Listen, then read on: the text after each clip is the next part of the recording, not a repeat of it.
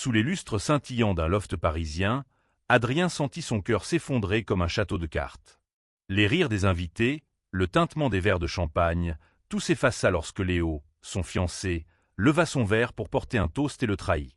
À Adrien, qui croit encore aux contes de fées, lança-t-il, un sourire narquois aux lèvres, déclenchant des rires moqueurs dans l'assemblée. Adrien, 28 ans, était un rêveur. Illustrateur freelance, il vivait dans un petit appartement du Marais, entouré de ses carnets de croquis et de ses espoirs d'un amour éternel. Originaire de Lyon, il avait déménagé à Paris pour poursuivre son art, et surtout, pour être libre. Libre d'aimer qui il voulait, loin des jugements de sa famille conservatrice. Léo, 30 ans, était tout le contraire. Un avocat d'affaires parisien, charismatique, dominant, un alpha autoproclamé qui semblait toujours obtenir ce qu'il voulait. Leur rencontre, 2 ans plus tôt, dans un café de Saint-Germain-des-Prés, avait été un coup de foudre. Du moins, c'est ce qu'Adrien avait cru. Ce soir-là, dans cet appartement somptueux prêté par un ami de Léo, la fête de leurs fiançailles battait son plein. Les invités, des collègues de Léo pour la plupart, étaient vêtus de costumes impeccables et de robes de soirée. La tour Eiffel scintillait au loin, visible à travers les grandes baies vitrées, comme une promesse d'un avenir radieux. Adrien, dans son costume bleu marine, avait passé la soirée à sourire, à serrer des mains, à jouer le rôle du fiancé parfait. Mais quelque chose clochait. Léo, habituellement si attentif, était distant, ses regards fuyants, ses gestes brusques. Le toast de Léo avait été le coup de grâce. « Adrien, mon cher Adrien », avait-il continué, sa voix résonnant dans la pièce, « tu es si naïf. Penser que je pourrais m'engager pour de bon, c'était mignon. » Les rires avaient fusé, comme des éclats de verre brisé. Adrien sentit ses joues s'enflammer, ses mains trembler. Il voulait disparaître. Pourquoi Léo faisait-il ça? Était-ce une plaisanterie cruelle? Une vengeance? Il chercha dans les yeux de Léo une trace de l'homme qu'il aimait, mais il n'y trouva qu'un éclat froid, presque cruel. Incapable de répondre, Adrien quitta la pièce sous les regards curieux des invités. Dans l'ascenseur, il s'effondra, les larmes coulant sur ses joues. Il n'avait jamais ressenti une telle humiliation. Comment l'homme qu'il aimait, celui qui lui avait promis un avenir ensemble, pouvait-il le briser ainsi devant tout le monde? Mais ce n'était que le début. Cette nuit-là, Adrien allait découvrir une vérité bien plus sombre sur Léo, une vérité qui le pousserait à remettre en question tout ce qu'il croyait savoir sur l'amour, la confiance et lui-même. Adrien errait dans les rues du Marais, son quartier, où les lumières des bars et des restaurants semblaient se moquer de sa solitude. Il s'arrêta devant une petite librairie qu'il fréquentait souvent, Les Mots Bleus. La vitrine, ornée de guirlandes lumineuses, exposait des romans d'amour et des recueils de poésie. Il entra, cherchant un refuge. La libraire, une femme d'une 50aine d'années nommée Claire, le reconnut immédiatement. « Adrien, mon chou, qu'est-ce qui ne va pas ?» demanda-t-elle, son regard maternel perçant à travers ses lunettes rondes. Il ne put répondre. Les mots restaient coincés dans sa gorge. Claire, sans insister, lui tendit une tasse de thé et l'invita à s'asseoir dans un coin de la librairie, entouré de vieux livres et d'une odeur de papier. Là, il lui raconta tout, la fête, l'humiliation, la trahison de Léo. Claire écouta en silence, son visage exprimant une compassion profonde. « Tu mérites mieux, Adrien, dit-elle enfin. Mais parfois, il faut toucher le fond pour remonter. » Ces mots, simples mais lourds de sens, restèrent avec lui. Il passa la nuit à marcher, à réfléchir. Léo l'avait traité comme un jouet. Mais pourquoi? Était-ce à cause de son propre passé, de ses insécurités? Ou y avait-il autre chose, une vérité cachée derrière ce comportement cruel? Le lendemain matin, Adrien reçut un message de Léo. Pas d'excuse, juste une phrase, on doit parler. Retrouve-moi ce soir. Le ton était sec, presque autoritaire. Adrien hésita. Une partie de lui voulait ignorer Léo, couper tout contact.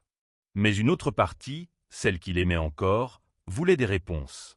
Il décida de le retrouver, mais pas sans un plan. Il ne serait plus la victime. Ce soir-là, dans un café discret de Montmartre, Adrien affronta Léo. « Pourquoi ?» demanda-t-il, sa voix tremblante mais déterminée. Léo, pour la première fois, sembla mal à l'aise. Il avoua qu'il avait agi sous pression, qu'il avait peur de ce que leur relation signifiait pour sa carrière, pour son image. « Je ne voulais pas te faire du mal », murmura-t-il, mais ses mots sonnaient creux. Adrien comprit alors que Léo n'était pas l'homme qu'il avait idéalisé. Il était temps de se libérer. Mais cette rencontre n'était que le début d'un voyage plus grand, un voyage où Adrien découvrirait non seulement sa propre force, mais aussi un nouvel amour inattendu et sincère, qui changerait sa vie à jamais. Adrien quitta le café de Montmartre, le cœur lourd mais étrangement léger.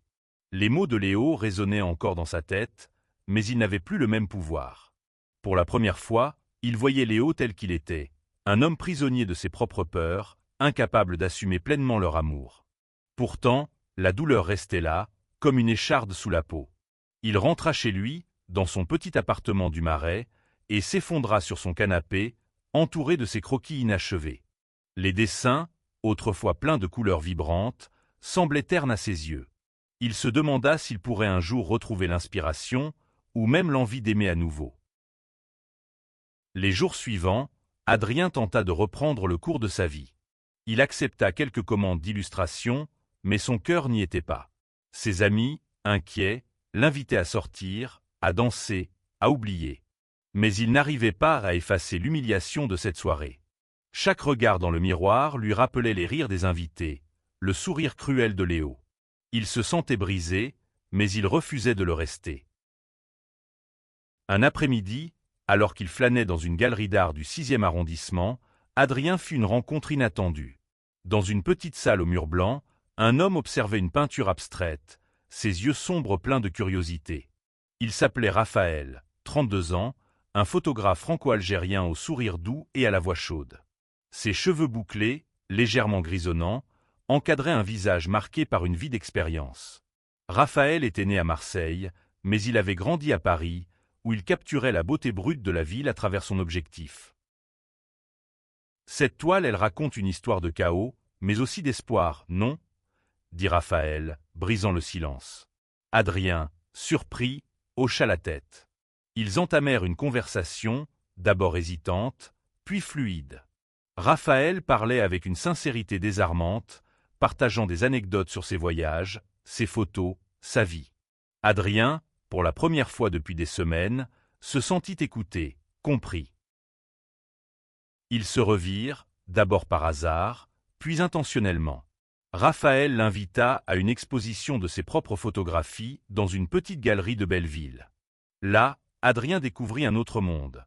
Des clichés en noir et blanc de Parisiens ordinaires, des visages marqués par la joie, la douleur, l'amour. Chaque photo semblait capturer une âme. « Tu vois », expliqua Raphaël, « je cherche la vérité dans chaque instant. Pas besoin de poser, juste d'être. » Adrien, inspiré, recommença à dessiner. Ses croquis prirent une nouvelle profondeur, mêlant les ombres de son passé et la lumière de ses nouveaux moments. Raphaël devint son refuge, son confident. Pourtant, il gardait ses distances, par peur d'être blessé à nouveau. Raphaël, patient, ne le pressa pas. Il lui offrait des sourires, des cafés, des promenades le long de la Seine, sans rien exiger en retour. Mais le passé n'était pas si loin. Un soir, alors qu'Adrien et Raphaël partageaient un verre dans un bar de Bastille, Léo réapparut. Il entra, impeccablement vêtu, accompagné d'un homme qu'Adrien ne connaissait pas. Leurs regards se croisèrent, et l'air sembla se charger d'électricité. Léo s'approcha, un sourire en coin. « Alors, Adrien, tu passes à autre chose » lança-t-il, son ton dégoulinant de mépris. Raphaël, calme mais ferme, posa une main sur l'épaule d'Adrien. « Tu n'as rien à prouver à ce type » murmura-t-il. Adrien, le cœur battant, se leva. Pour la première fois, il ne baissa pas les yeux. « Léo, dit-il, sa voix claire, tu ne me définis plus. » Puis il tourna les talons, laissant Léo sans réponse. Ce moment marqua un tournant. Adrien comprit qu'il n'était plus le jeune homme fragile de la soirée des fiançailles. Avec Raphaël à ses côtés, il commençait à entrevoir un avenir où il pourrait aimer sans peur, sans honte. Mais le chemin était encore long, et des secrets sur Léo, sur Raphaël, et même sur lui-même allaient bientôt ressurgir, menaçant de tout bouleverser. Les semaines qui suivirent furent comme un printemps après un long hiver. Adrien retrouvait peu à peu sa lumière, porté par les moments passés avec Raphaël. Ils exploraient Paris ensemble, des ruelles pavées de Montmartre aux quais animés de la Seine. Raphaël, avec son appareil photo toujours à la main, capturait des instants volés. Le rire d'Adrien devant une crêperie, ses mains tachées d'encre tenant un carnet de croquis, son regard perdu dans les reflets de l'eau. Ces moments, simples mais précieux, redonnaient à Adrien le goût de vivre. Pourtant, une ombre persistait. Léo n'avait pas complètement disparu. Des messages cryptiques arrivaient parfois sur le téléphone d'Adrien. « Tu me manques, on peut encore arranger les choses. » Chaque mot était comme une aiguille, réveillant la douleur de l'humiliation. Adrien les ignorait, mais une part de lui se demandait si Léo était sincère ou s'il jouait un jeu cruel. Raphaël, sentant son trouble, l'encourageait à parler, mais Adrien hésitait. Il ne voulait pas gâcher ce qu'il construisait avec Raphaël par les fantômes de son passé. Un jour, alors qu'il visitait une librairie alternative dans le 11e arrondissement, Adrien tomba sur un vieil ami, Mathieu, un musicien de 29 ans, français, au style bohème et au sourire éclatant. Mathieu avait été proche de Léo et d'Adrien à l'époque où leur relation était encore naissante. En les voyant, Mathieu s'approcha, mais son expression changea lorsqu'il apprit qu'Adrien et Léo n'étaient plus ensemble. « Je dois te dire quelque chose, » murmura-t-il, jetant un regard nerveux à Raphaël. Dans un café voisin, Mathieu révéla une vérité qui fit vaciller Adrien. Léo n'avait pas agi seul lors de cette soirée humiliante. Un collègue influent de son cabinet d'avocat, un homme nommé Victor, avait orchestré une campagne pour discréditer Adrien, par jalousie et homophobie. Victor, 40 ans, français, était un homme puissant, connu pour son conservatisme et son influence dans les cercles parisiens. Il avait vu en Adrien une menace, un scandale pour la réputation de Léo. Sous la pression, Léo avait cédé, choisissant sa carrière plutôt que son amour. Adrien sentit la colère monter en lui, mais aussi une étrange pitié pour Léo. Il n'était pas seulement cruel, il était faible. Raphaël, qui avait écouté en silence, serra la main d'Adrien sous la table. « Tu n'as pas à porter leur honte, » dit-il doucement. Ces mots, pleins de force tranquille, donnèrent à Adrien le courage de confronter son passé. Il décida de rencontrer Victor. Avec l'aide de Mathieu, il obtint un rendez-vous dans un restaurant chic des Champs-Élysées. Victor, sûr de lui, le reçut avec un sourire condescendant. « Tu es tenace, Adrien, » dit-il. « Mais tu ne fais pas le poids. » Adrien, au lieu de s'effondrer, répondit avec une assurance qu'il ne savait pas posséder. « Vous avez tort, Victor. L'amour n'est pas une faiblesse, c'est une force. Et je ne vous laisserai pas me briser. » En quittant le restaurant, Adrien se sentit libéré. Mais cette confrontation avait réveillé autre chose, une curiosité sur Raphaël. Pourquoi était-il si patient, si parfait?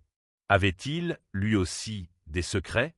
Alors que leur relation s'approfondissait, Adrien découvrit que Raphaël cachait une blessure profonde, liée à son passé en Algérie et à une famille qu'il avait rejetée pour son identité. Cette révélation les rapprocha encore plus, mais elle apporta aussi de nouvelles questions. Étaient-ils prêts à affronter leurs démons ensemble? La vérité sur Léo et Victor avait libéré Adrien, mais elle avait aussi ouvert une porte sur ses propres insécurités. Il se demandait s'il était digne d'un amour sincère, celui que Raphaël semblait lui offrir. Chaque sourire de Raphaël, chaque regard, était une promesse, mais Adrien craignait de s'y abandonner. Et s'il était à nouveau trahi? Et si Raphaël, comme Léo, changeait un jour? Un soir, dans l'appartement de Raphaël à Belleville, Adrien trouva le courage de poser la question. Ils étaient assis sur un vieux canapé, entourés de photos encadrées et de plantes en pot. Raphaël, un verre de vin à la main, écouta Adrien avec attention. « J'ai peur, » avoua Adrien. « Peur de t'aimer et de tout perdre encore. » Raphaël posa son verre et prit les mains d'Adrien. « Moi aussi, j'ai peur, » dit-il. Il raconta alors son histoire. Son départ d'Algérie à 18 ans, fuyant une famille qui ne l'acceptait pas. Il avait construit sa vie à Paris, mais la solitude l'avait suivi pendant des années. « Quand je t'ai rencontré, » ajouta-t-il, « j'ai vu quelqu'un qui comprenait ce que c'est de se battre pour être soi. Je ne te ferai jamais de mal, Adrien. Mais je ne peux pas te forcer à me croire. » Ces mots touchèrent Adrien au plus profond de son cœur. Pour la première fois, il se sentit vu, non pas comme un rêveur naïf, mais comme un homme avec ses forces et ses failles. Leur premier baiser, ce soir-là, fut timide mais sincère, comme un pas fragile vers un avenir incertain. Mais le passé n'en avait pas fini avec eux. Quelques jours plus tard, Adrien reçut une lettre anonyme, glissée sous sa porte. À l'intérieur, une photo de lui et Raphaël, prise à leur insu dans un parc. Un message griffonné disait « Laisse Raphaël tranquille, ou tu le regretteras ». Le choc fut immédiat. Qui les surveillait? Était-ce Léo, Victor, ou quelqu'un d'autre, tapi dans l'ombre? Adrien montra la lettre à Raphaël, qui réagit avec un calme inquiétant. « Ce n'est pas la première fois que je reçois des menaces », admit-il. Il révéla qu'un ancien collègue, Karim, un Français d'origine marocaine de 35 ans, avait développé une obsession malsaine pour lui après une collaboration professionnelle. Karim, un homme instable et jaloux, n'avait jamais accepté que Raphaël mette fin à leur amitié. « Il est inoffensif », assura Raphaël, mais son ton manquait de conviction. Adrien, déterminé à protéger ce qu'il construisait avec Raphaël, décida d'enquêter. Avec l'aide de Mathieu, il remonta la piste de Karim. Ce qu'il découvrit le glaça. Karim n'était pas seulement jaloux, il avait un passé trouble, mêlant chantage et manipulation. La menace était réelle, et elle mettait en danger non seulement leur relation, mais aussi leur sécurité. Alors que la tension montait, Adrien et Raphaël durent faire face à une question cruciale. Leur amour naissant était-il assez fort pour résister à ces épreuves? Ou allait-il succomber sous le poids des secrets et des menaces? La menace de Karim pesait sur Adrien et Raphaël comme un nuage noir. Chaque bruit dans l'escalier, chaque regard inconnu dans la rue devenait suspect. Adrien, qui avait toujours vu Paris comme un refuge, se sentait désormais vulnérable. Raphaël, quant à lui, tentait de rester fort, mais Adrien voyait les fissures dans son calme habituel. Ils décidèrent de ne pas céder à la peur et de confronter le problème ensemble. Avec l'aide de Mathieu, ils localisèrent Karim dans un atelier d'art du 19e arrondissement. L'homme, grand et mince, avec des yeux perçants, les accueillit avec un sourire étrange. Raphaël, toujours entouré de drama, dit-il, son ton oscillant entre amusement et menace. Adrien sentit son estomac se nouer, mais il refusa de se taire. « Laissez-nous tranquilles », lança-t-il, sa voix ferme. Karim éclata de rire, mais il y avait une nervosité dans ses gestes. La confrontation ne donna pas les réponses qu'ils espéraient. Karim nia tout, mais ses regards furtifs trahissaient sa culpabilité. En rentrant, Raphaël avoua à Adrien qu'il se sentait responsable. « J'aurais dû régler ça il y a longtemps », murmura-t-il. Adrien, au lieu de le blâmer, le serra dans ses bras. « On est ensemble maintenant », dit-il. « On affronte ça à deux. » Cette solidarité renforça leur lien, mais elle attira aussi l'attention de Léo. Informé par un contact commun, il réapparut, prétendant vouloir aider. Dans un bar du quartier latin, il tenta de convaincre Adrien que Raphaël était instable, qu'il cachait des choses. « Tu mérites mieux », dit Léo, reprenant son ton charmeur d'autrefois. Mais Adrien n'était plus le même. « Tu as perdu le droit de me dire ce que je mérite », répondit-il, quittant le bar sans un regard en arrière. Alors que la menace de Karim s'intensifiait, des messages anonymes continuaient d'arriver. Adrien et Raphaël décidèrent de demander l'aide de Claire, la libraire. Elle les mit en contact avec une avocate, Sophie, une femme française de 45 ans, connue pour défendre les droits des minorités. Sophie, avec son pragmatisme et son empathie, les guida pour obtenir une ordonnance de protection contre Karim. Ce fut un premier pas, mais la tension restait palpable. Au milieu de ce chaos, Adrien trouva refuge dans son article. Il commença à travailler sur une série de dessins inspirés par son histoire avec Raphaël, des œuvres qui mêlaient douleur et espoir, ombre et lumière.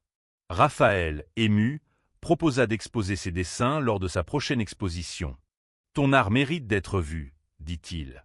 Pour Adrien, c'était plus qu'un compliment. C'était une preuve que Raphaël croyait en lui. Mais juste au moment où il pensait reprendre le contrôle, un événement inattendu bouleversa tout. Une nuit, alors qu'ils rentraient d'un dîner, ils trouvèrent l'appartement de Raphaël saccagé. Les photos, les appareils, tout était détruit. Sur le mur, Un mot en lettres rouges. Part. La peur s'installa, mais aussi une détermination nouvelle. Adrien et Raphaël savaient qu'ils devaient mettre fin à cette menace, coûte que coûte. L'appartement saccagé de Raphaël fut un choc, mais il galvanisa Adrien et Raphaël. Ils refusaient de se laisser intimider. Avec l'aide de Sophie, ils portèrent plainte contre Karim et la police commença une enquête. Les jours suivants furent tendus, marqués par une attente pesante. Pourtant, dans cette épreuve, Adrien et Raphaël trouvèrent une force nouvelle dans leur relation. Ils passaient des nuits à parler, à rire, à se soutenir. Chaque moment partagé renforçait leur lien, transformant leur amour naissant en quelque chose de profond, d'inébranlable. Adrien, inspiré par cette résilience, acheva sa série de dessins. Intitulée Lumière brisée, elle racontait son parcours, de l'humiliation à la reconstruction. Raphaël, de son côté, préparait une nouvelle exposition, mêlant ses photos à celles des dessins d'Adrien. Leur collaboration devint un symbole de leur union, une célébration de leur capacité à transformer la douleur en beauté. Mais Karim n'avait pas dit son dernier mot. Un soir, alors qu'Adrien et Raphaël installaient l'exposition dans une galerie de Belleville, ils reçurent un appel anonyme. Une voix déformée murmura « Vous ne serez jamais en paix ». Raphaël, habituellement calme, perdit patience.